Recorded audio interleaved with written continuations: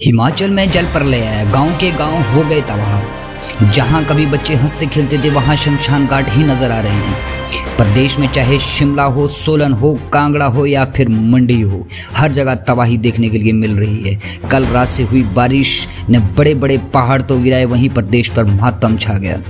शिमला से रामपुर से समीज गांव में पूरा का पूरा गांव जो है बारिश की भेंट चढ़ गया। वहां पर कुल 36 लोग लापता है, जिसमें से अभी खबर आ जाने तक सभी अभी लापता है। कुल्लू और शिमला के बॉर्डर एरिया में आए इस तांडव ने कुल्लू की तरफ से आनी बागी पुल निर्मंड की ओर से 7 लोग इस जलधारा की चपेट में जो है मृत्यु की भेंट चढ़ गई। यहाँ पर अभी 2 की मृत्यु हो गई है। मंडी के चौराहा घाटी के तेरन गांव में रात बादल फटा, जिसमें से 11 लोग इसकी चपेट में आ गए। बताया जा रहा है कि सभी एक ही परिवार से संबंध रखते थे और कहते हैं कि मौत का ग्रास उसे बुला ही लेता है जिसकी मौत लिखी होती है।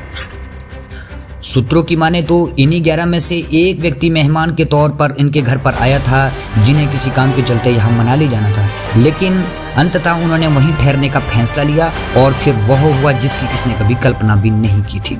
चौराहा घाटी में अभी तक 3 शव बरामद कर दिए गए हैं, तो वहीं 2 अभी रेस्क्यू पर है, जो कि गंभीर रूप से अभी घायल है, जिनमें से एक का इलाज अभी टांडा और दूसरे का नेर चौक अस्पताल में चल रहा है। पार्वती नदी का जलस्तर बढ़ने से मलाना में पावर प्रोजेक्ट एक डैम टूट गया। कुल्लू में मणिकरण में सब्जी मंडी, यहाँ पर 5 मंजिला बिल्डिंग ढह गया है और मनाली में नेशनल हाईवे तक बारिश की चपेट। कहा कि बादल फटने से तबाही हुई है। उन्होंने स्थिति का ताज़ा हाल साझा किया। सीएम सुखविंदर सिंह सुक्खू ने कहा कि पूरा प्रशासन और डीआरएफ, एसडीआरएफ टीम रेस्क्यू में जुटी हुई है।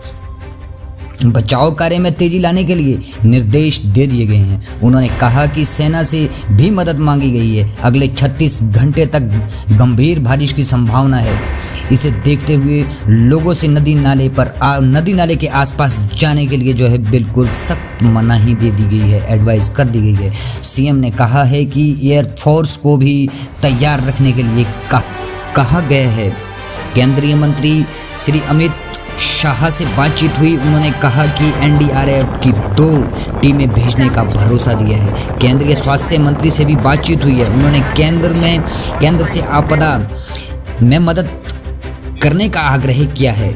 इस पूरे मामले पर राहुल गांधी ने भी ट्वीट पर संवेदना व्यक्त की है, तो वहीं पर कंगना रणावत हालत सामान्य होने पर हिमाचल आने की बात कही। वहीं प्रदेश के विक्रमादित्य सिंह ने भी इस प्राकृतिक आपदा कहर पर जो है अपनी संवेदना व्यक्त की है।